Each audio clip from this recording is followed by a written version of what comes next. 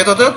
17 бейтапты бардыгын сакайтып, бүгүн мынакей көрүп атасыңар, бардыгы даяр болуп турушат. Булар бардыгы сакайып чыгып кеткен бейтаптар. Булар келгенине 23 күн болду.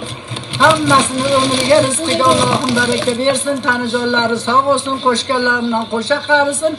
Cholim 90ga kirdim, men 80ga kirdim, meni yashimga shular hammasi yetsin. Elimizda, yurtimizda Alloh taolo tinchligini barqaror qilsin. Osmonimiz musaffo bo'lsin.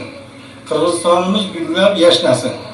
Bizga boshliq bo'lib turgan prezidentimizdan tortib mana shu hokimlarimizgacha hammalarini to'g'ri olib borayotgan ishlariga Alloh taolo o'zi madadkor bo'lgan bo'lsin. Ana u boshimizga tushgan bir musibatli endi desagan bo'la oladigan shunday bir kunlar tushdi.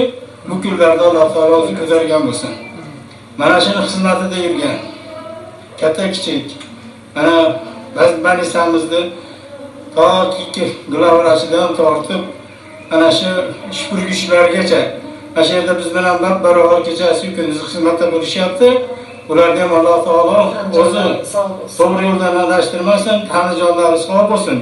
Qo'llari yengil bo'lib, shunday bir shunaqangi og'ir kunlarda ularni yordami albatta insonlarga tegib turishini Alloh nasib qilgan bo'lsin.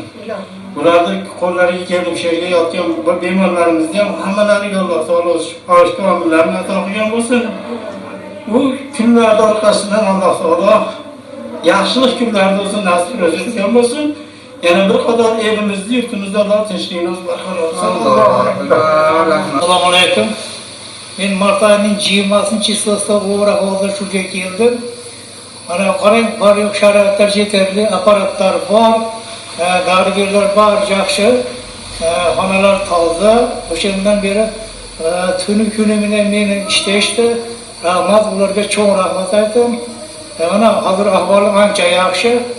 Ko'rib turganingizdek, endi bu yoqqa Allohdan, Allohga shukr, bularga cho'ng rahmat aytaman.